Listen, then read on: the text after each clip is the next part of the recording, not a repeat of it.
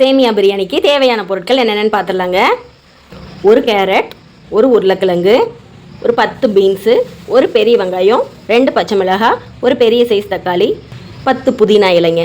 கார்னிஷ்க்கு கடைசியாக கொத்தமல்லி தழை கொஞ்சம். தாளிப்பு பாருங்க, ஒரு பே லீஃப், 2 துண்டு பட்டை, 2 லவங்கம், இஞ்சி பூண்டு தட்டி எடுத்து வச்சுருக்கேங்க, 1 ஸ்பூன்.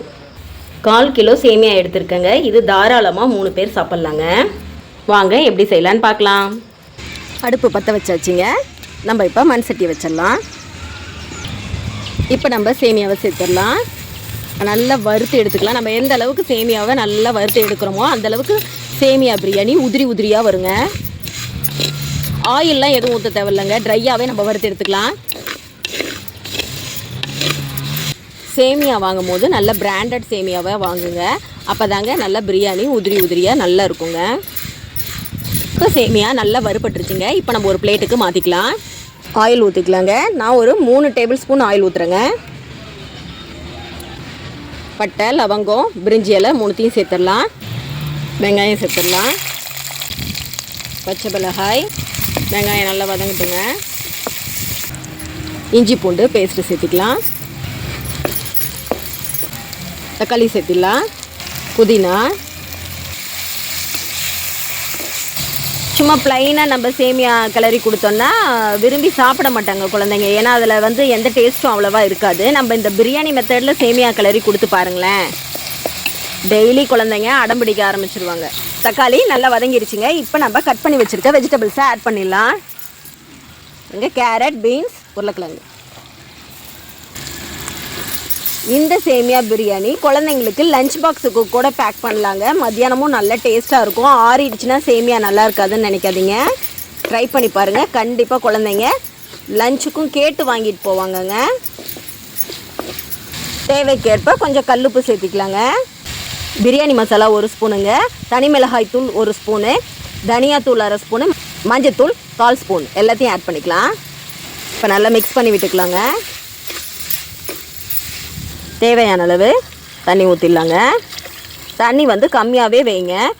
சேமியா முழுகிற அளவுக்கு தண்ணி வச்சா போதுங்க. அப்போ தான் சேமியா குலையாமல் நல்லா உதிரியாக வருங்க.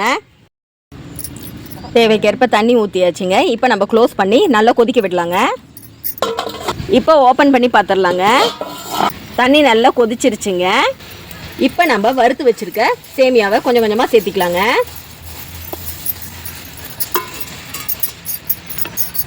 சேர்த்துட்டு நல்லா கிளறி விடலாம். பாருங்கள், தண்ணி சேமியா முழுகிற அளவுக்கு தாங்க தண்ணி வச்சுருக்கேன். இந்த அளவுக்கு பதமாக நீங்கள் தண்ணி வச்சிங்கன்னா தான் சேமியா நல்லா வெந்து உதிரி உதிரியாக வருங்க. பிரியாணியும் அட்டகாசமாக இருக்குங்க.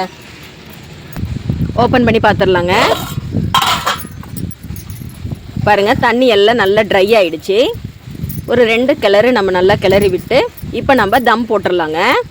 க்ளோஸ் பண்ணிவிட்டு அனல் எல்லாம் வெளியே எடுத்துடலாம். இந்த அடுப்பில் இருக்க நெருப்புலையே நல்லா சேமியா குக் ஆகிடுங்க. பண்ணிடலாங்க. சேமியா பிரியாணி ரெடிங்க. எவ்வளோ உதிரி உதிரியாக இருக்குது பாருங்கள் பிரியாணி.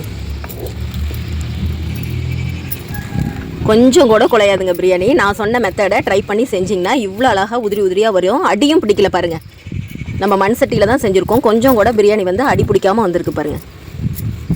ஃபைனலாக நம்ம கொத்தமல்லி தூவி இறக்கிடலாங்க. கிட்ஸுக்கு ரொம்ப பிடிச்ச சேமியா பிரியாணி ரெடிங்க. இப்போ நான் டேஸ்ட் பண்ணி பார்த்துட்டு எப்படி இருக்குன்னு சொல்கிறேங்க. பாருங்கள், சேமியா எவ்வளோ பூ மாதிரி வெந்து நல்லா உதிரியாக இருக்குது பாருங்கள். வாங்க சாப்பிட்லாம். அருமையாக இருக்குங்க. குழந்தைங்களுக்கு கண்டிப்பாக இந்த லீவில் இதை செஞ்சு கொடுத்து பாருங்கள், விரும்பி சாப்பிடுவாங்க.